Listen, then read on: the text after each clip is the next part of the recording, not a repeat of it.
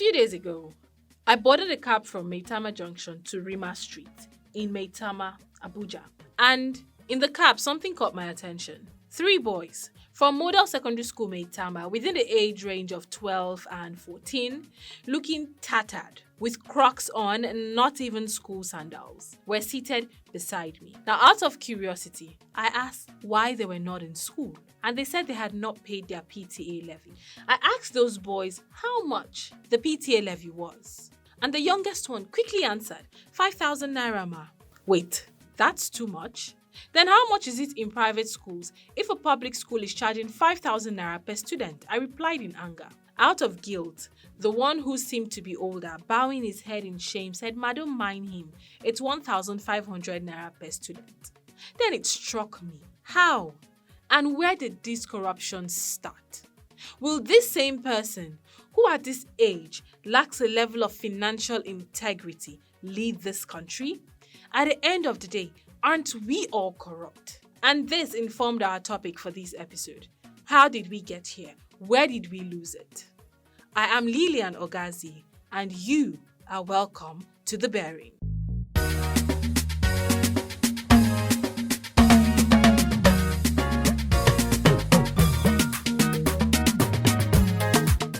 Corruption is bad in Nigeria. But just how bad? Dr. Aminu Ahmed, a senior lecturer in criminology and security studies at Bayero University, in an interview with Mohammed Awal Suleiman, speaks on that. Well, corruption in Nigeria, like many other countries, or all countries of the world, because there is no country without corruption. Corruption simply means an abuse of public office, or abuse of position, or relationship, or personal gain. Corruption is an old phenomenon, not only in Nigeria. Only that the problem with corruption in Nigeria is very systemic, with a pervasive outreach. In fact, corruption is now a culture or a way of life, affecting all strata of life, all sectors of life. And not only that, corruption is being carried out with impunity. That is the difference in corruption in other places and corruption in Nigeria. So you mentioned that corruption in Nigeria is so bad. So how did we get there? Corruption is not a new phenomenon. Right from time immemorial, corruption is there. Once there is system of leadership, in one way or another, there is corruption. But the corruption becomes so severe and so serious, especially during the past republic. Okay. Because the reason given by the military for many successive takeover was the issue of corruption. But unfortunately, the corruption, instead of reducing, it becomes more endemic. And one is on the returns of the civilian administration also, the corruption gets more endemic and more serious. So, sir, in simple terms, are you saying that civilian rule brings corruption to Nigeria? Well, civilian rule in Nigeria is entrenched because there was some level of corruption even during the colonial era. Especially with our traditional institutions. They survived, they lived on corrupt practices. Corruption erodes trust, weakens the economy and democracy, and lots more. The effects of corruption on any society are too many to be listed. At the United Nations General Assembly's special session on corruption in New York, United States of America, Abdulrasheed Bauer, Executive Chairman of the Economic and Financial Crimes Commission, speaks on corruption.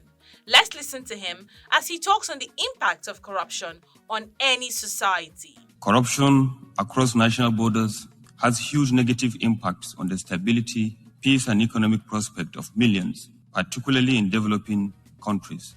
Corruption remains one of the most pervasive and daunting challenges facing humanity. It deprives national government of resources needed for sustainable development and facilitate illicit financial flows from developing economies to developed countries, thus weakening state stability to deliver developmental expectations targeted at women and youth. Nigeria, like many other countries, has suffered from the damaging effect of corruption. The country has lost billions of dollars to foreign tax havens, stolen and expatriated by corrupt leaders and their foreign accomplices, including multinational companies. Why then do we hold only public office holders responsible for corruption? No doubt, they've taken an oath to serve and exhibit a high degree of honesty. And as it is said, to whom much is given, much is expected. But are we any different from them? I mean to say, corruption happens in every sector, from public to private offices and even homes. Like it or not, that child in my earlier story might have learned that from someone at home. Aren't we all corrupt in one way or another? Let's get back to Awal and Dr. Aminu Ahmed. What led to Nigerians becoming corrupt? The unfortunate situation is in Nigeria, instead of getting a reduction in the pervasive nature of the corruption, is getting more and more. The catching up with almost everybody with no isolation. The judiciary, the police, the politicians, the law enforcement, think of any person, in fact, including our business and people working in private organizations. In one way or another, they have been tainted by the corrupt practices. If, as you mentioned, that everybody from all strata in the walks of life in Nigeria, people are corrupt, or I will say, we are corrupt. Why do we always point at the leaders or those at the helm of affairs to say they are corrupt? Because the leadership is supposed to give the guide. If the leadership are upright, if the leadership wanted to address any endemic situation, the followers have no option than to follow the cue. So leadership determines the direction. Abdul Rashid Bauer, Executive Chairman of the Economic and Financial Crimes Commission, still on his speech at the United Nations General Assembly's special session on corruption, speaks about the government in the fight against corruption. Since the return of democracy in 1999, Nigeria has prioritized the fight against corruption and established anti-corruption agencies such as the Economic and Financial Crimes Commission, Independent Corrupt Practices and Other Related Offences Commission, the Nigerian Financial Intelligence Unit, and the Code of Conduct Bureau to lead the fight against corruption. Nigeria, under the leadership of His Excellency President Muhammadu Buhari, GCFR, has made the fight against corruption one of the cardinal objectives of the administration. Under his leadership, civil society organizations, non-governmental organizations, and whistleblowers are encouraged to join the fight against corruption and contribute their quota in this regard. One instance of such whistleblowing led to the recovery of over 43 million United States dollars in 2017.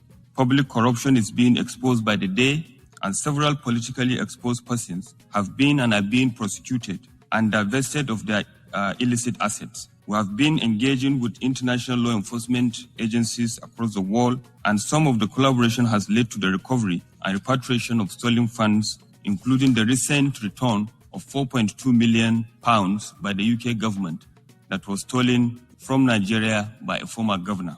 Procurement processes in Nigeria have been strengthened, and activities of the gatekeepers are being monitored through the Special Control Unit Against Money Laundering to serve as deterrence to the stealing of the public funds in the country.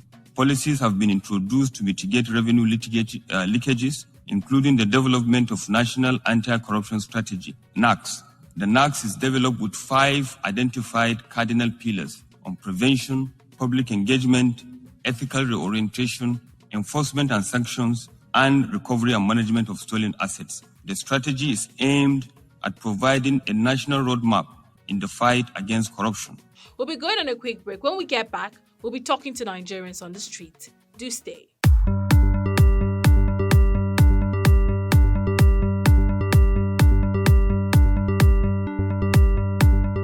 For the big trendy and impactful stories of the day. Treated inside out with in-depth analysis To give you insight into the issues that matter. The issue of injustice needs to be addressed. We are going into hell. Why are you sending your child? Are you that poor? Are you that hungry? No, we are not practicing any democracy in Nigeria. They don't deal with us well. Trust us on Nigeria Daily, a daily podcast from Daily Trust. To bring to you the news behind the news. To listen in, log into our website at dailytrust.com or on buzzsprout.com. You can also listen in on Spotify and TuneIn Radio. Follow up on Instagram and Twitter at Daily Trust and on Facebook at Daily Trust.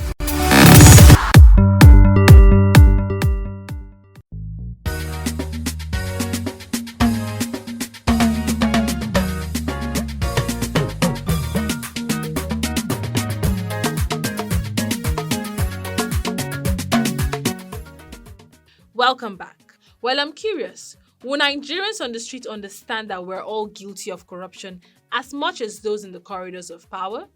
Let's get on the street. Whether you like it or not, everybody are corrupt. All of us, even me, even you yourself, they're asking me, you are corrupt, and everybody in this Nigeria are corrupt. Okay, they're not doing anything to fight corruption. Nothing. They're not doing nothing. Leave this corruption of a thing. Now God will stop this corruption. Only God can do that. Not in Nigeria government. They're not doing anything here. Nigeria is full of corruption. Everybody, both little baby in Nigeria, everybody is corrupt. Nobody is reliable in Nigeria. Everybody is corrupt. The Nigeria corrupt is the worst, the whole world. They don't do anything. Government is not doing anything. Farmers are suffering. Poverty full everywhere. People are suffering. To get daily bread is a problem. Nigeria is in trouble. I'm not a corrupt human being. That's not corruption. It's hustling. I don't know about any other person, but I can only answer about myself. I'm not corrupt. I can't say the whole government are corrupt. On the steps they are taking, I think they need to add more focus on it. The corruption they said they are fighting, we are not seeing results. Having said they are doing that, that is why I don't want to say they are not. So for them to say they are doing, we need more focus to it so we can get more results. On the efforts of the government and the way forward, let's get back to our political analyst, Dr. Aminu Ahmed and Awal Suleiman in this quick chat. So do you think the current administration is putting in enough in combating corruption? Unfortunately, people expect, especially going by the records, by the integrity mantra of President Muhammadu Buhari, that if he assumes power, corruption will be tackled head on. But because the corruption, like I have said earlier, is systemic, the government could not do much. Corruption has barely become our way of life, and no one is isolated. So the current government has been overwhelmed by the corrupt practices. So I would want to agree with you that from your statements, corruption in Nigeria is bottom-top approach. Yes.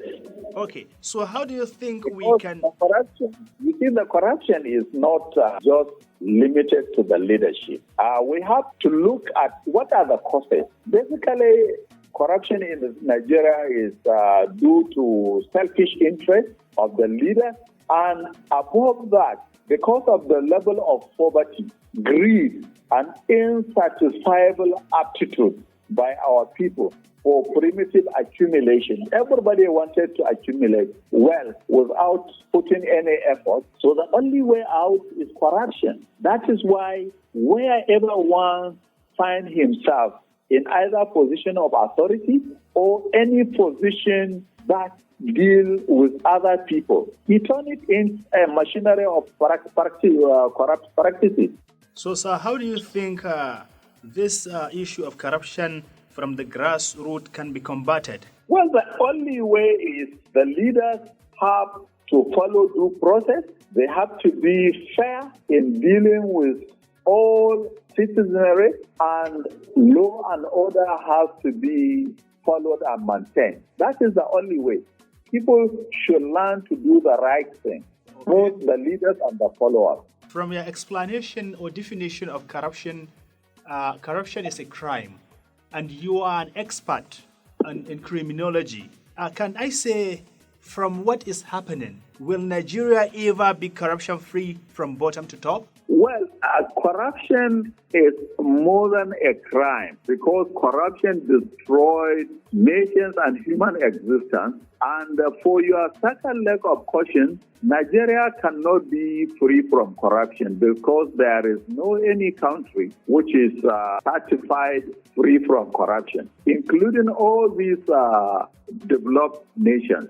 But the issue is there has to be reduction. There has to be procedure. Okay. People have to learn to do what is right. For example, nepotism is another leg of corruption. Really? Another very good example is if there is unemployment, and this is known, if there is unemployment in any government agency or establishment, after they advertise, there has to be a percentage for members of the National Assembly, another percentage has to go to presidency, another percentage has to go to Federal Character Commission, another percentage has to go to Office of the Accountant General because they are stakeholders in the employment. It's so bad. Is purely corruption. Your parting words on how can Nigerians combat corruption themselves and how can government assist Nigerians in fighting corruption? Well, the answer is very simple. Everybody has to be conscious of the danger of our corrupt practices. All the social problems confronting our country are being aided and abetted by corruption. The issue of insurgency, the issue of kidnapping, the issue of banditry, the issue of vandalism, they were all emanated from our corrupt practices because people cannot simply get their legitimate earning or means of livelihood without seeking for favor or paying for it. Opportunities are being blocked. People cannot get employment.